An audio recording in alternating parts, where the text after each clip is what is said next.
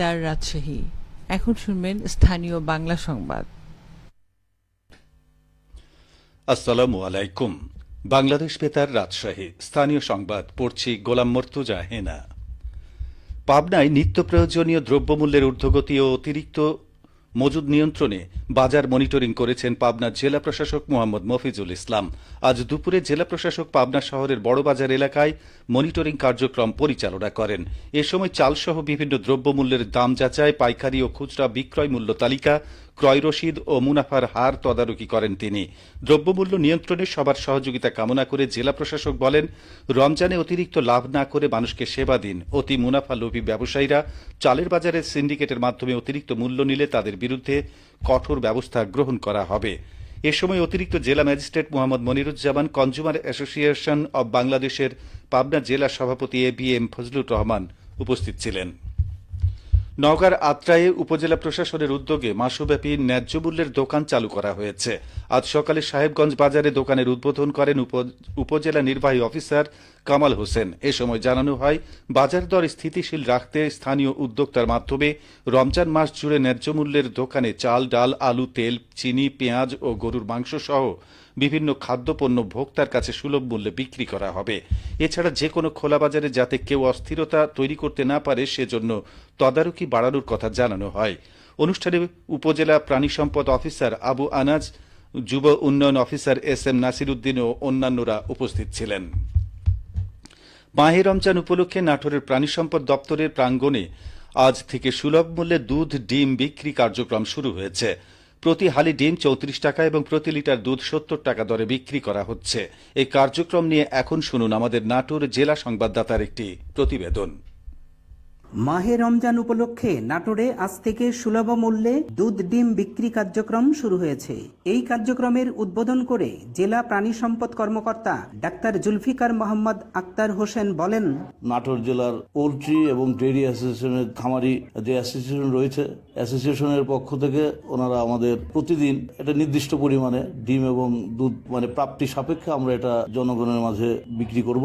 মূল্যটা বাজার মূল্যের চেয়ে আপনারা জানেন অনেকখানি কম, যেহেতু নাটোর জেলায় এখন প্রতি লিটার দুধ 80 থেকে 90 টাকা লিটারে বিক্রি হচ্ছে, সেখানে আমরা 70 টাকা লিটার আমরা বিক্রি করছি।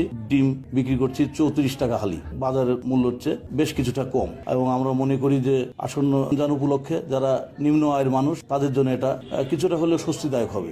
ডেইরি অ্যাসোসিয়েশনের নির্বাহী সদস্য মশিউর রহমান মোহন জানান, মাহে রমজান মাস উপলক্ষে যেন সাধারণ মানুষের আয়ের মানুষগুলো যেন শুভমূল্যের দুধ এবং ডিম দুইটা যেন খেতে পায়, এই জন্য পোলট্রি এবং ডেইরি অ্যাসোসিয়েশনের পক্ষ থেকে এবং প্রাণী সম্পদ দপ্তর সহায়তাতে আমরা ধরেন যে এই উদ্যোগটা নিয়েছি এবং এই গোটা রমজানি আপনারা এই দুধ আর ডিমটা শুভমূল্য পাবেন। ক্রেতারা তাদের অভিব্যক্তি ব্যক্ত করলেন এভাবে, সারা মাস চালু থাকলে এটা আমরা একটু উপকৃত হব। কম দামে এখানে পাচ্ছি। ডিম কিনলাম 34 টাকা হালি, দুধ কিনলাম 70 টাকা, যেখানে বাজারে 80-90 টাকা, এখানে 70 টাকায় পাওয়া যাচ্ছে। প্রতি কর্মদিবসে জেলা প্রাণী সম্পদ দপ্তর প্রাঙ্গণে সকাল 10টা থেকে বেলা 12টা পর্যন্ত এই কার্যক্রম চলবে। প্রতি হালি ডিম 34 টাকা এবং প্রতি লিটার দুধ 70 টাকা দরে বিক্রি করা হচ্ছে। ফরাজি আহমদ রফিক বাবন, নাটোর জেলার সংবাদদাতা, বাংলাদেশ বেতার, রাজশাহী। শুনছিলেন প্রতিবেদন। তোমার আমার বাংলাদেশে ভোট দিব মিলেমিশে প্রতিপাদ্য নিয়ে বগুড়ায় পালিত হয়েছে 7ম জাতীয় ভোটার দিবস। আজ সকালে অনুষ্ঠানের শুভ উদ্বোধন করেন অতিরিক্ত জেলা প্রশাসক মোহাম্মদ মেজবাউল করিম। এ সময় সিনিয়র জেলা নির্বাচন অফিসার মোহাম্মদ ফজলুল করিম, অতিরিক্ত সিনিয়র নির্বাচন অফিসার সৈয়দ আবু সাইদ এবং বিভিন্ন উপজেলার নির্বাচন কর্মকর্তারা উপস্থিত ছিলেন। দিবসটি উপলক্ষে সকালে জেলা প্রশাসন ভবনের সামনে থেকে এক বর্ণাঢ্য র্যালি বের করা হয়। র্যালিটি শহরের প্রধান প্রধান সড়ক প্রদক্ষিণ করে। পরে জেলা প্রশাসন ভবনের সামনে এসে এক সংক্ষিপ্ত সমাবেশ হয়। সেখানে বক্তারা ভোটার হওয়ার উপর বিভিন্ন বিষয় নিয়ে আলোচনা করেন। সিরাজগঞ্জে কৃষক কৃষানীদের 2 দিনব্যাপী প্রশিক্ষণ কর্মশালা শুরু হয়েছে। আজ সদর উপজেলা কৃষি অফিসের উদ্যোগে 2024-25 অর্থ বছরের আধুনিক প্রযুক্তির সম্প্রসারণের মাধ্যমে রাজশাহী বিভাগের কৃষি উন্নয়ন প্রকল্পের আওতায় এই প্রশিক্ষণ অনুষ্ঠিত হচ্ছে। সদর উপজেলা কৃষি অফিসের প্রশিক্ষণ হলরুমে প্রশিক্ষণের উদ্বোধন করেন উপজেলা কৃষি কর্মকর্তা কৃষিবিদ আনোয়ার সাদাত।